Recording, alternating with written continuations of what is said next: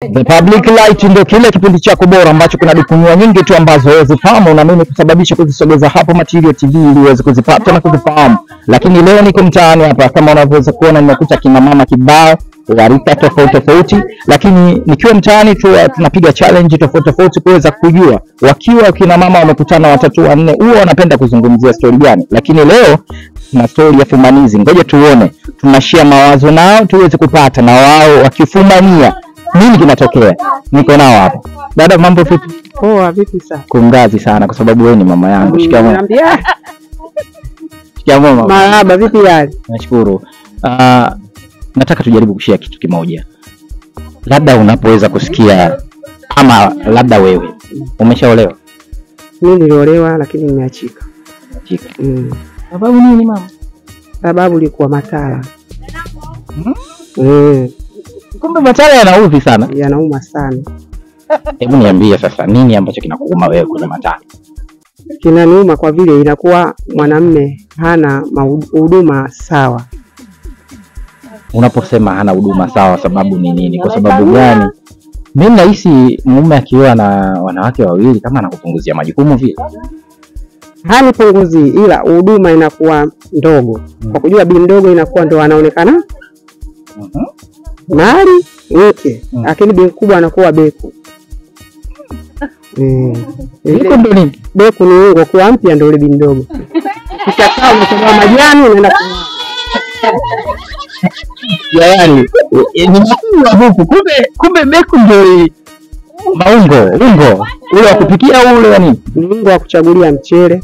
Wow. Dada, mambo safi za size. Maana nakuziba kwenye kamera. Hebu ngoja nifungue.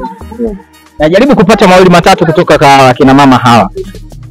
Kuna mada hapa kidogo, bi mkubwa ameanza kutufungulia, anasema yeye alishawahi kuolewa matala. Wewe ushawahi kuolewa matala? Yai. Kwa nini? Siwezi kukaa na matala. Endapo sasa shemeji anahitaji kuolewa, anataka kuoa, nini kitatokea? Hatari.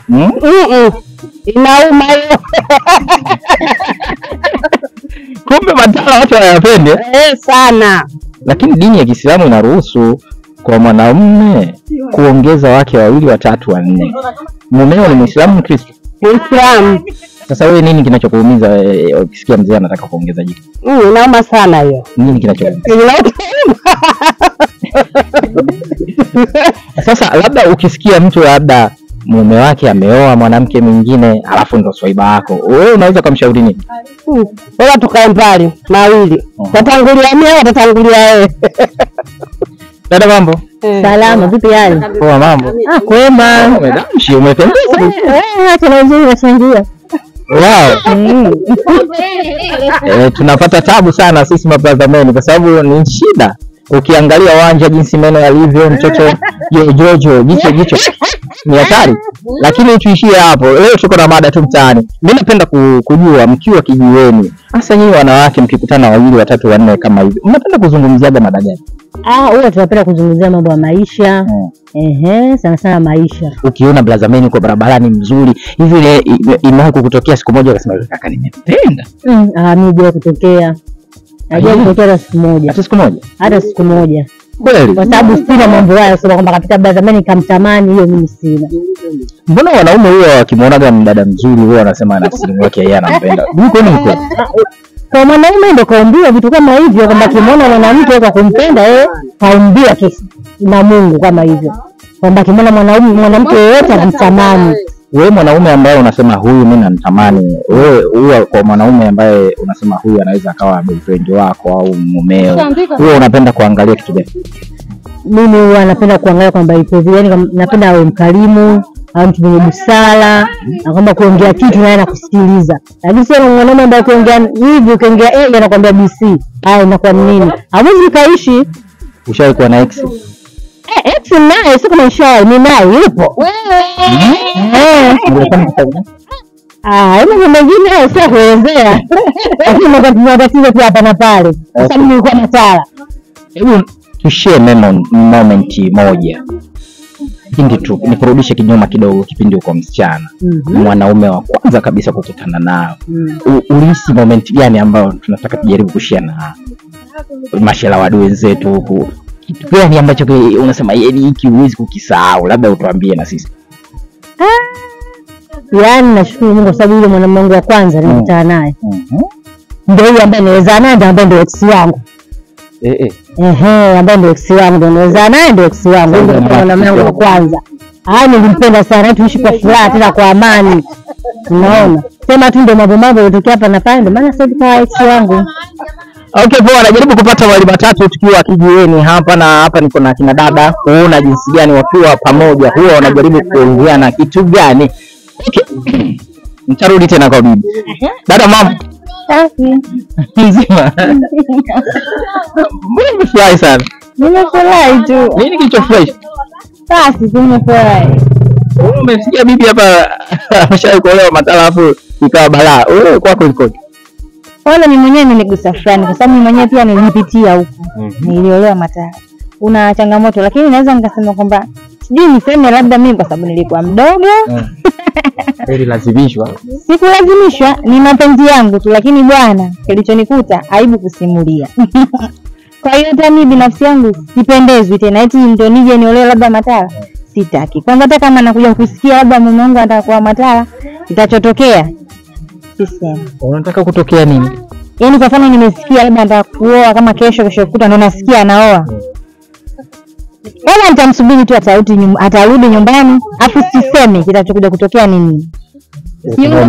Action zangu ataziona. Kwa sababu kama angekuwa ananipenda mimi asingeenda kuoa. Dini inaruhusu. Sawa dini, kwa nini kaanza kuniona mimi? Kwa nini hajaanza kuna vitu umeviacha zamani ulikuwa unavifanya siku hizi ufanye? Kwani suna upo moja kwa wake tu, suna si zamani si ulikuwa unamwamkia? Hebu tuende kwa mama. Mama, ukiwa na mume wako, kwa sababu inasemekana watoto wa 2000, walenyewe wanasema watoto wa 2000. Watoto wa 2000 wengi huwa wanapoapproachiwa, kwa maana kipindi kile wanatongozwa, shikamoo zinakuwa nyingi. Kipindi amekutembelea mpenzi wako, shikamoo zinakuwa nyingi, maji ya bafuni yanapelekewa. Baada ya kuolewa tu sasa kiwekwa ndani tu nini, shikamoo inakufa, anakuwa mshikaji tu, anarudi buzi. Ndio hilo. Nyinyi kwenu utofauti wenu kati ya nyinyi na watu wa zamani, utofauti wenu ulikuwa nini? Utofauti wetu. Unajua kuna watoto wa 2000 na kuna watoto sie wa 74. Tumetofautiana vile vile. Ndio nataka nifahamu utofauti wenu nyinyi ilikuwa kitu gani? Kwa nyinyi mlikuwa mnaweza kukea waume, wa sasa hivi wa 2000 kukea waume hawawezi, na inafikia mpaka ndoa zao zinaparaganyika kiuharaka zaidi. Kwani utofauti wake ilikuwa nini? Sisi tulikuwa tuseme zamani tulikuwa kwanza tunaogopa. Tukiambiwa na wazazi au bibi akitukanya tunasikia. Ndio maana umeolewa basi mumeo yani unamheshimu sana, unamuogopa. Ila yeye sasa akija kufanyia maovu, unabakia mwingine kunung'unika rohoni tu. Umtamkile ni baya, unanung'unika rohoni. Lakini sasa hivi wamebadilika. Anaweza akamwambia bwana wewe usinibabaishi. Usinibabaishi. Kaleta mboga anaweza naye akaiacha. Akaambia mimi na mambo yangu. Sasa hivi kuna michezo vikoba, si mimi ndio vinawaharibu sasa hivi. Umeona? Kwa nini yeye anajua naye kuitafuta hela. Ushawahi kusikia upungufu wa nguvu za kiume? Nishasikia. Unahisi nini kinachowakuta wanaume mpaka wanapungukiwa na nguvu za kiume? Mimi kwa sasa hivi tunajua tunasikia hiyo kula mboga hizi zinotiwa sumu. Lakini sijajua kama labda ile chakala nyingi kwa wanawake. Lakini tunajua hii mboga inotiwa sumu. Ndio sasa hivi ndio wengi wanaharibikiwa. Hata wanawake sisi tunaharibikiwa. Umeona? Ndio kama hivyo tumezaa watoto wawili, umeenda kujiunga sindano ya uzazi wa mpango. Nayo sisi ukichoma zile kama 3, 4, 5 muda wa mwaka, basi wewe ndoa utapokuwa na mumeo unajisikia ovyo. Chakula unaomba ulale. Bidada, unakula? Hamna siri. Bahati nzuri ushakutana na boyfriend wako, kwa sababu umesema shemeji sasa hivi mmetengana. Labda ndio umekutana na kidume amekuja kwako na ndio unahamnaye matashiti. Leo nasema huyu akinikimpata nitamkomesha. Bahati mbaya kimoja chali nguvu ya kiume imemtokea. Wewe kwako ikitokea situation kama hiyo utafanyaje? Jambo kama hilo mimi siwezi kuvumilia sasa. Nitamwambia tu aende zake kwa sababu hana kitu. Kwani hana kitu vipi? Si nguvu za kiume kuhusiana. Sasa tunafanyaje hapa? Hana nguvu tunafanyaje kitu kama hicho? Eti jamani hapo tunafanyaje? Nani hapo ndio kwa kupambana na Kwa mtu bado. kwa nini unataka hapo mziki kwa sababu hamna chochote? Hamna kupita mai. Eti mama ndio imetokea sasa. Baba mlikotoka alikuwa yuko vizuri, lakini kwa bahati mbaya ndio nguvu za kiume zimeshuka. Unafanyaje? Kwa nini? Ninamvumilia tu, lakini kwa ile kazi ya kukucha mahindi mpaka asubuhi midoro